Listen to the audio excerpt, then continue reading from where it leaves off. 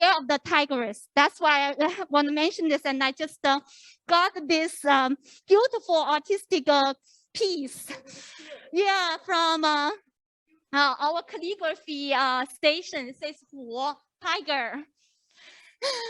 So, oh, okay. Sorry. Can you see that? Okay, great. So my question is quite different from other verite, observational and activist films that tackle the similar themes of migrant workers, which usually undertake a critical and realistic approach to make commentaries and treat this as a social issue connecting with class, gender, capital, and social justice. You actually shed a new light on this issue and showed us a different perspective. So my question is, how did you come up with this approach that is very personal, emotionally charged and loving toward your subject of shooting? Can you tell us a little bit about your relationship with them when you are shooting the film, who seem to also co-invent and co-produce this film? And can you tell us a little bit about this film, this process of filmmaking, which actually took more than a decade to complete? That is really remarkable and almost unprecedented. Any challenges, changes, or new findings during the process? So this is really about film production process. Thank you. Yeah, thank you for the question. Yeah. So it's my honor to share the film to all of you. It's really a long journey. I spent 15 years to complete the film. It's 13 years filming and 2 years of post-production. Actually, my grandparents, they stay in the nursing home. That's the reason I met these Filipino caretakers. You know, they were have some trouble in Taiwan or difficulties. Maybe I am the only one person they could ask for help. And I also appreciate them to take care of my grandparents. So we became friends, and years by years, we are like families. So I prefer to approach the filming. It's not only like a director. Actually, it's like sisters and family. So through my camera lens, you could see their working condition in the nursing home, how hard it is, and how they mix their families, and what's the price they pay for their dream. So you could, I spent 13 years to film the documentary, but you only spend 100 minutes, but because the close relationship between me and these ladies, you are just beside our, you are just beside you are just beside us. So I think it would be more moving for the audience by characters' living condition and their inner emotion. It's not only by the political issues, but you could, I think the audience also will think about the human rights for migrant workers, but it's not by political events, it's by their life. And even we are not migrant workers, but all of us have dreams for our future. We want to have better life, and we want to have a happy family. So money and honey, the issue, it will be more eternal about to focus on this. It's not only about migrant workers' rights, but you could also, I think after watching the film, you will think about the human rights and migrant workers' rights, no problem about it. So my editor discussed with me about the editing. So we decide to approach the editing to focus on the theme. So because I spent 13 years to make the filming, I have much footage, but I decided to give up another political events like that. Then I could be more focused on these ladies. And so I'm also happy to invite the characters to join with the filming. You know, we are like families, so we are very close. So I will discuss with them about the idea of the film, and so they are welcome to have their idea with me. And so I think very important is about the screening. We have very wonderful cinema screening in Taiwan. Then I invite the main characters, Baby and Lolita, to join the screening in Taiwan. You know how amazing it was. All of the audience was impressed about the documentary. So when they show up in the theater, all of the audience applaud about them. And I think they also have wonderful feedback from the screening event. They could have more confidence about their life. They are not only migrant workers, they are wonderful women, mother, and workers for their families, and also for our families and for the world. Yeah, so I really appreciate all of the ladies. And the cinema screening also have very important impact for our government, because the officials of labor departments, the key person, and all of the workers, they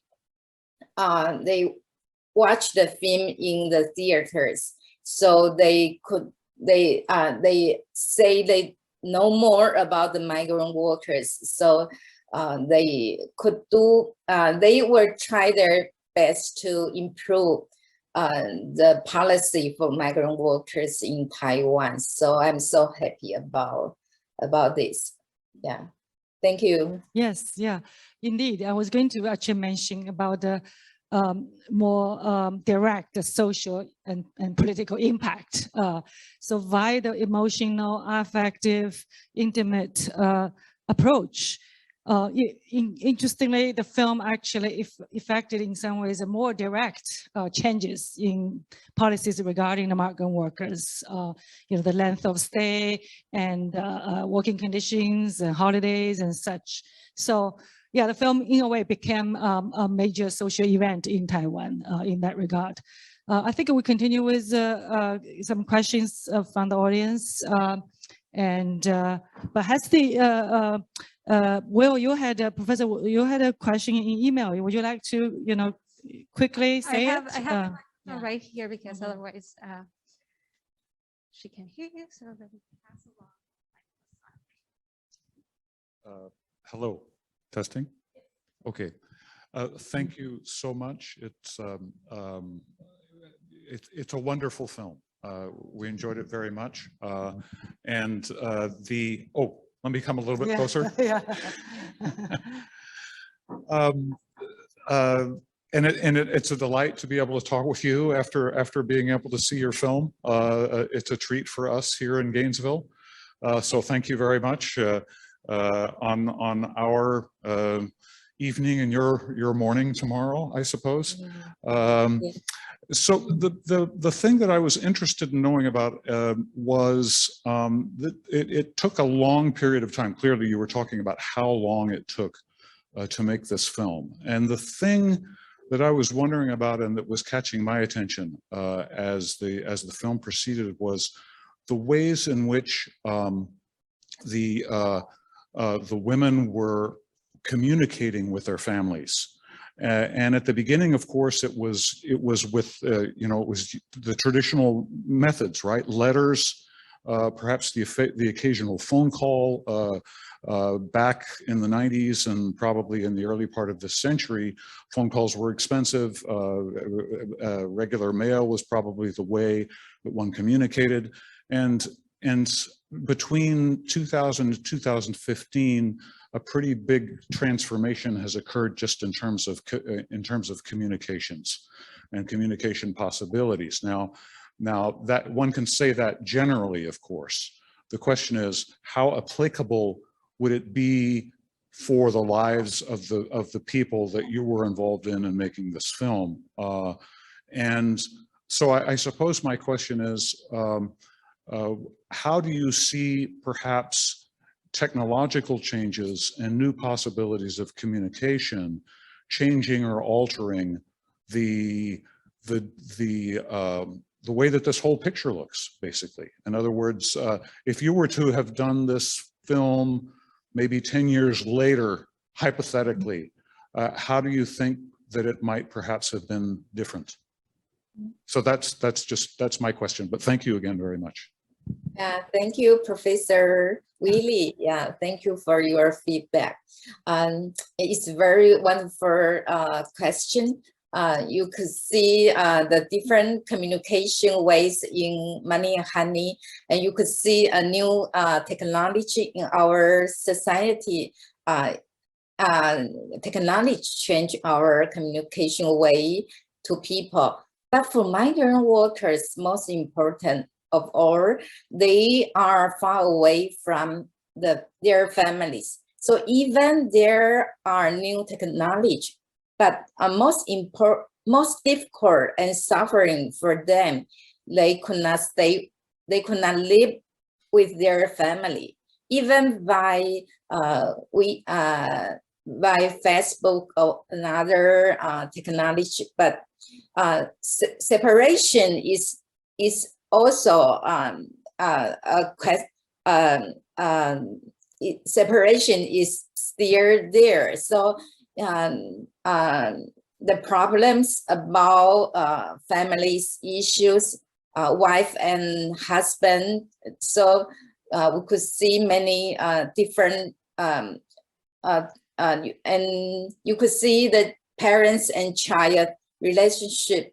So we have many broken families we could find in migrant workers' families. So the condition doesn't improve for families' condition. So how could they, our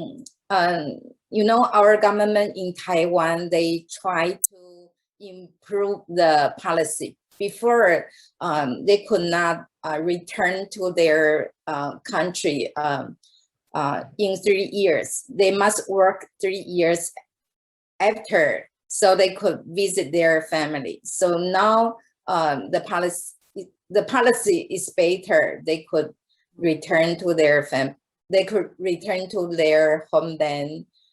I think family together is very important. Even technology helps in some ways. So yeah. Thank you. Yes, I think that's true. Yeah, we're so used to social media these days, but nothing replaces in person like this, right?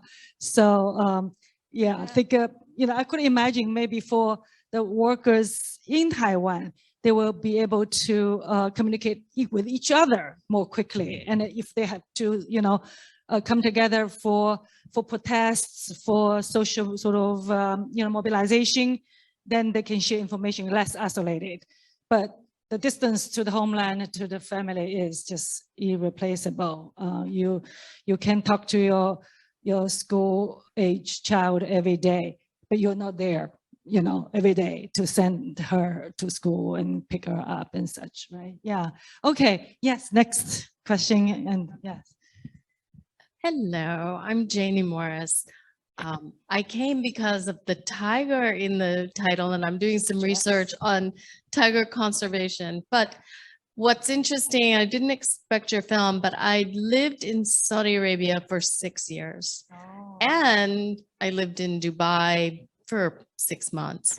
And so many of the people, I worked in healthcare, so many of the nurses and people I work with were from the Philippines, but also India, Pakistan, Syria, just about any place where people don't have as much economic opportunity and came to the kingdom to work. And I also went there to work. And it's very hard for women in particular to get a contract where they can bring their family. So I saw exactly what you're documenting, people away from home for years. And I was like, wow, I did not know that it's so very common for people to leave their family, travel to another country and live apart from their family.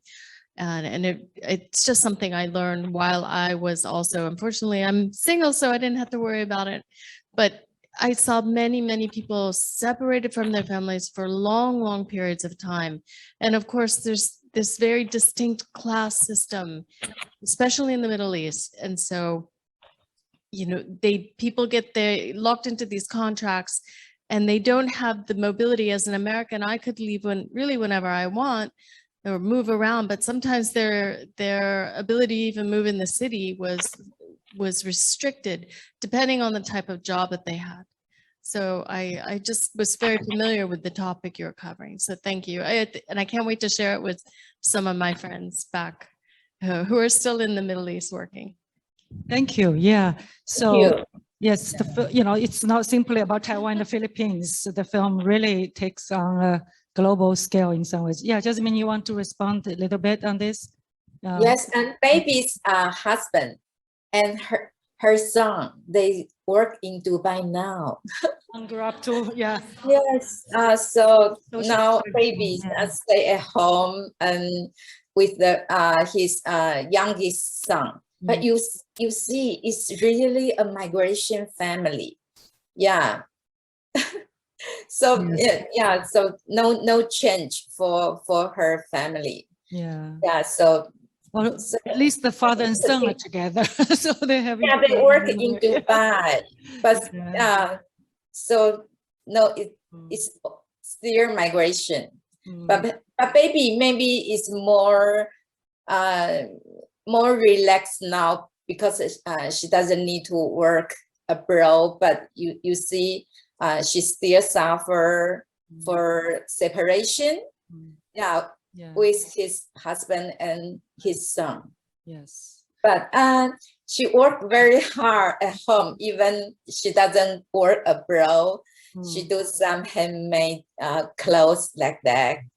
So yeah, she still work hard for her families. Yes, incredible. Yes, and there's another question here.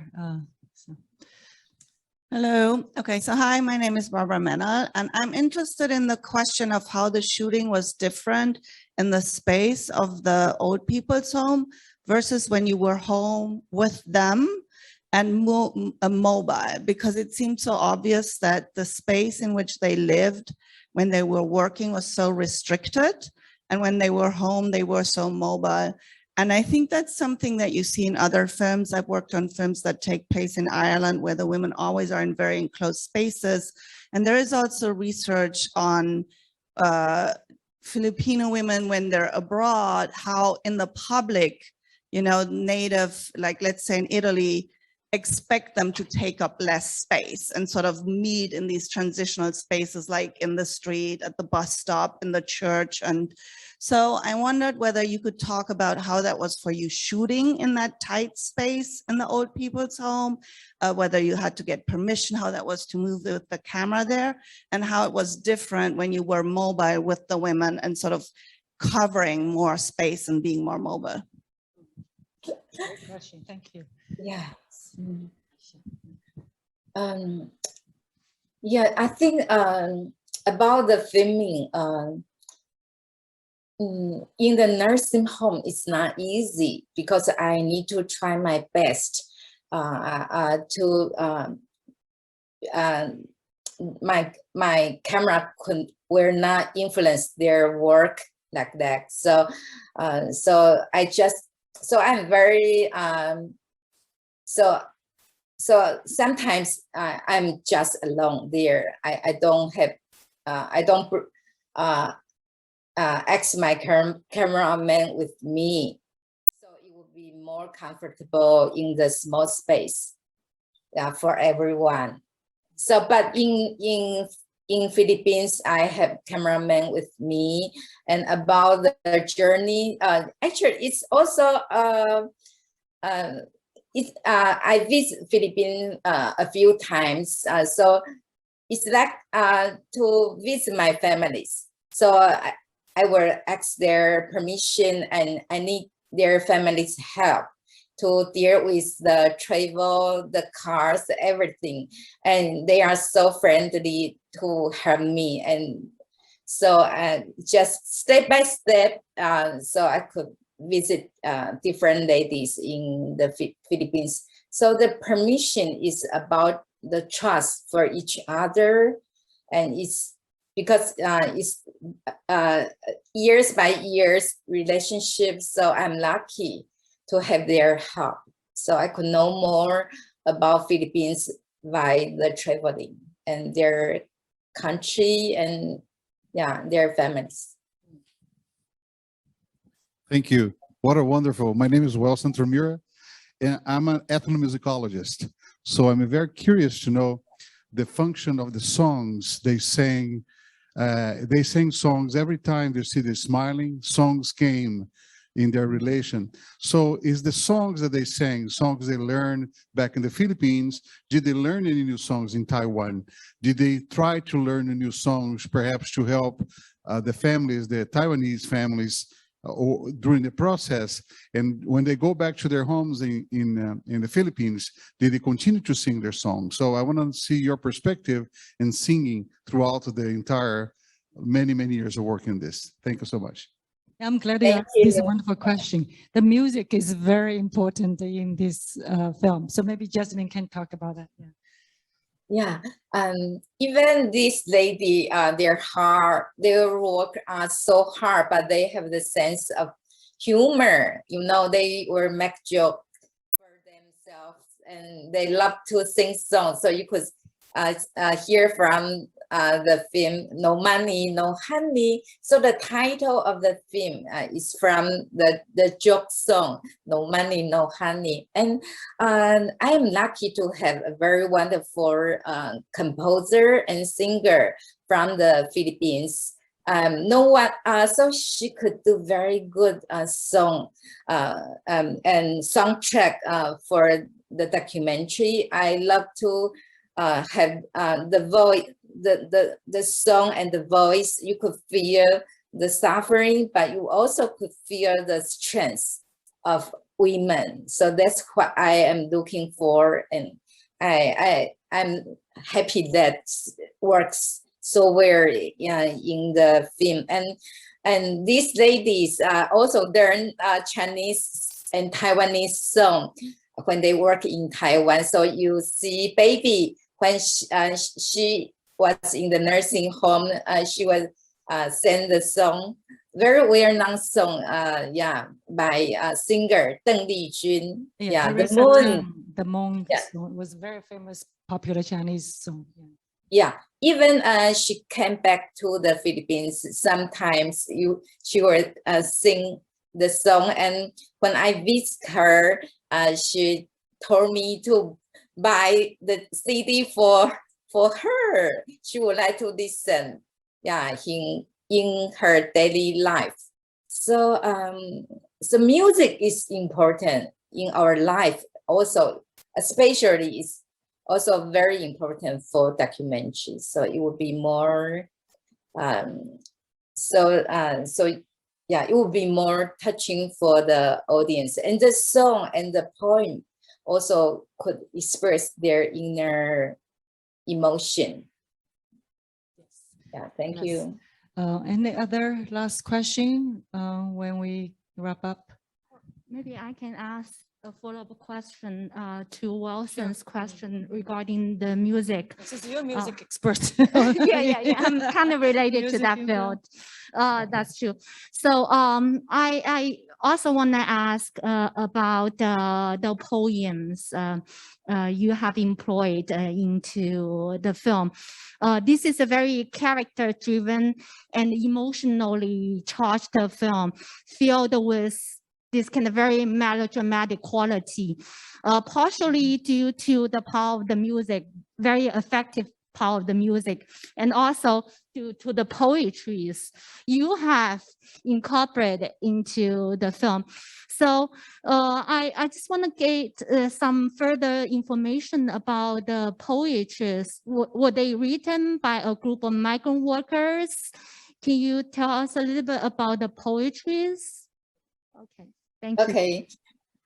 The poetries, they are from migrant workers in Taiwan. Our government have a competition for poetry every year. So I have the collection for 10 years. So I try to find out the poetries that's good, that's fit for my film. So I choose 7 poetries in my documentary. So and it was and mixed with animation and music, such as what clock. Yeah, it's the first. I think it's the second in the documentary. It's a metaphor. Clock. Yeah, their working condition is like class. So I love. It's more. You know, you could the audience could have imagination and could feel more about their feeling. Yeah, so Great. that's why I use poetry. Yes, in the workshop tomorrow, we'll be discussing about this more also. So last question, maybe Jasmine, you can share a little bit about your current project, with which I'm also involved. I get to know you through your work, and we become friends and sisters and become collaborators.